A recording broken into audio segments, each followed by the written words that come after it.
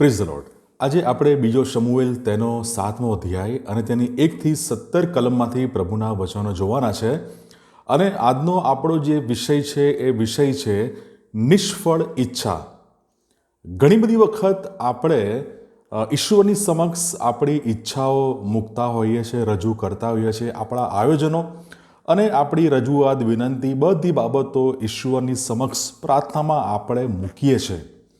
પણ ઘણી બધી વખત ઈશ્વર તે સમયોમાં એ આપણને ના પાડે છે. આપણી તો ઈચ્છા હોય છે પણ ઈશ્વરની એ ઈચ્છા હોતી નથી અને આપણી ઈચ્છાઓ ઘણી બધી વખત એ ઈશ્વરની સમક્ષ એ નિષ્ફળ જાય છે. અને એ નિષ્ફળ ઈચ્છાઓના સમયમાં આપણે શું કરવું અથવા એ નિષ્ફળ ઈચ્છાઓના સમયમાં આપણે શું સમજી શકીએ છીએ અથવા શું સમજવું જોઈએ તેના વિશે આજે આપણે પ્રભુનું વચન જોવા માંગીએ છીએ. દાઉદ રાજા રજૂઆત કરે છે, એ કહે છે કે હું ઈશ્વરનું મંદિર હું બનાવીશ. એ દાઉદે મંદિર બનાવવાની ઈચ્છા એ મૂકી, એ રજૂ કરી. પણ ભલે દાઉદની રજૂઆત, ભલે દાઉદ એ મંદિર બનાવવાની તૈયારી દર્શાવે છે, પણ આ પણ શબ્દ બહુ અગત્યનો છે, પણ ઈશ્વર તેને મના કરે છે, તેની ઈચ્છાને ના કહે છે. ઈશ્વર દાઉદ રાજાને ના કહે છે અને એ બાબત આપણે પહેલો કાળવૃત્તાંત 22મો અધ્યાય 8મી કલમ, 28મો અધ્યાય 3જી કલમ અને પહેલો રાજા તેનો 5મો અધ્યાય 3જી કલમ અને 8મો અધ્યાય 19મી કલમમાં ઈશ્વર દાઉદ રાજાને ના કહે છે. શું કારણ? કેમ? એ શબ્દ લખેલો છે, તે પુષ્કળ લોહી વેવડાવ્યું છે. ઈશ્વર દાઉદને કહે છે, તારી ઈચ્છા, મારું મંદિર બાંધવાની તે ઈચ્છા રજૂ કરી, ઓકે, પણ એ શક્ય નથી, કારણ કે તે પુષ્કળ લોહી વેવડાવ્યું છે. અને દાઉદ રાજાની ઈચ્છા એ નિષ્ફળ જાય છે. અને હવે શું? ઈશ્વરે તો ના પાડી દીધી, પણ હવે શું? બે બાબતો આપણે જોવા માંગીએ છીએ. મુખ્યત્વે પ્રથમ બાબત, નિષ્ફળ ઈચ્છાઓ એ ઈશ્વરને તેમના પ્રેમ વધારવાની બાબત એ રજૂ કરે છે. નિષ્ફળ ઈચ્છા, જ્યારે પ્રભુ ઈસુ ખ્રિસ્ત, જ્યારે ઈશ્વર આપણને ના પાડે ત્યારે એ સમયોમાં ઈશ્વર તેમનો પ્રેમ એ જાણે કે વધારે છે. દાઉદને તો ના પાડી, પણ એની સાથે, એ નાની સાથે, એ નોની સાથે દાઉદ રાજા ભલે એ મંદિર નહીં બાંધે, પણ એનો પુત્ર સુલેમાન એ મંદિર બાંધશે. અને ખાલી મંદિર બાંધશે એની, તમે વાંચજો બીજો શમુએલ તેનો 7મો અધ્યાય તેની 1 થી 17 કલમ, ત્યાં લખેલું છે, તારા સંતાનને ઊભો કરીશ ને તેનું રાજ્ય હું સ્થાપીશ.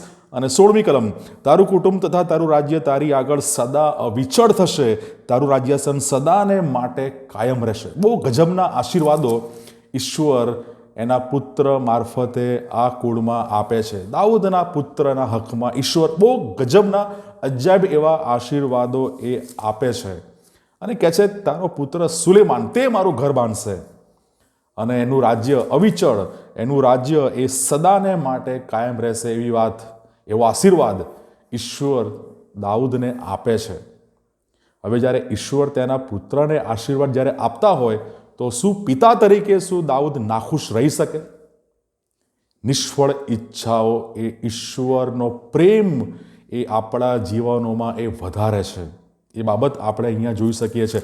અને મંદિર બાંધવું દાઉદની ઈચ્છા ખરી, પણ જો બરાબર અભ્યાસ કરીએ જૂનો કરારનો, તો એ સ્થળ પસંદગી, એ મંદિર બાંધવાની એ બાબત તો એ ઈશ્વર એ પોતાની પાસે રાખે છે. પુણ્ય નિયમનો 12મો અધ્યાય 5મી કલમ એ કહે છે, પણ તમારા સર્વ કુળોમાંથી જે સ્થળ યહોવા તમારા ઈશ્વર પોતાનું નામ રાખવા માટે પસંદ કરશે, તે સ્થળ આગળ, એટલે તેના રહેઠાણ આગળ તમારે ભેગા થવું ને ત્યાં તારે આવવું.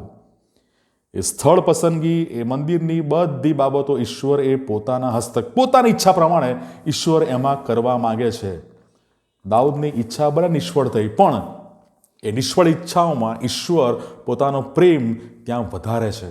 બીજી બાબત અને છેલ્લી બાબત, આપણો હેતુ ઉમદા હોઈ શકે, સારો હોઈ શકે, આયોજનો એ બધી બાબતો એ સારી લાગે, પણ આપણા હેતુ, આયોજનો, ઈચ્છા જ્યારે નિષ્ફળ જાય ત્યારે પણ આપણે દાઉદની જેમ ઈશ્વરને પ્રસન્ન કરવા જોઈએ. દાઉદને જ્યારે એ ખબર પડી કે હવે હું બાંધવાનો નથી, મને ના પાડી છે, તો દાઉદ નિરાશ થયો હોત. દાઉદ એ ઈશ્વરના સાથેના સંબંધોમાં કદાચ પીછેટ કર્યો હોત, પણ એવું જરા પણ બનતું નથી. દાઉદ ઈશ્વરને ભરપૂરીપણા સાથે પૂરા હૃદયથી ઈશ્વરને પ્રસન્ન કરે છે. પહેલો રાજા 8મો અધ્યાય 18મી કલમ. પહેલો રાજા 8મો અધ્યાય 18મી કલમમાં યહોવા દાઉદને કહે છે, મારા નામને અર્થે મંદિર બાંધવું એ તારા હૃદયમાં હતું, અને તારા હૃદયમાં એ હતું એ તે સારું કર્યું. ઈશ્વર કહે છે તારા હૃદયમાં હતું એ તે બહુ જ સારું કર્યું.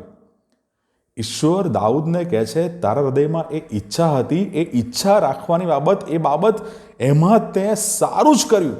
હા, પણ તું નહીં, પણ તારો પુત્ર એ મંદિર બાંધશે. અને હવે શું દાઉદ નિરાશ થશે? હવે શું દાઉદ ઈશ્વર સાથેના સંબંધમાં પીછેટ કરશે? ના. ભલે હું નહીં બાંધું, પણ એ મંદિર બાંધવાની મારા હૃદયમાં જે ઈચ્છા હતી ને ઈશ્વરની જે ઈચ્છા છે, એ ઈચ્છાને હું સંપૂર્ણ માન આપીશ. તમે પહેલો કાળ વૃત્તાંત 29મો અધ્યાય એની 1 થી 5 કલમ તમે વાંચજો. બહુ ગજબની બાબતો લખેલી છે. એ જે 1 થી 5 કલમ છે એમાં દાઉદ એ ઈશ્વરના મંદિરને માટે બહુ જ અમૂલ્ય, મોંઘી, કિંમતી એ ભેટ સોગાદો, સોનું, રૂપું બધું જ એ દાઉદ પોતાના ભંડારોમાંથી ઈશ્વરના મંદિરને માટે એ આપે છે. એનો ભંડાર એ ઈશ્વરના મંદિરને માટે ખુલ્લા મૂકી દે છે.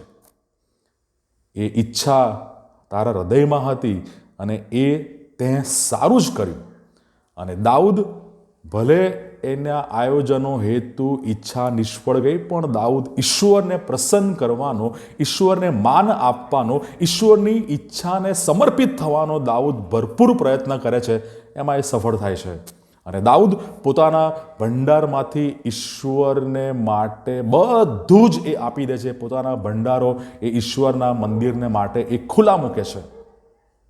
આમ આપણા આયોજનો, હેતુ નિષ્ફળ જાય, પણ એવા સમયે આપણે યાદ રાખીએ કે એવા સમયે ઈશ્વર તેમનો પ્રેમ આપણામાં એ વધારે છે. અને એવા સમયે પણ આપણે દાઉદની જેમ ઈશ્વરને પ્રસન્ન કરવા જોઈએ. God bless you.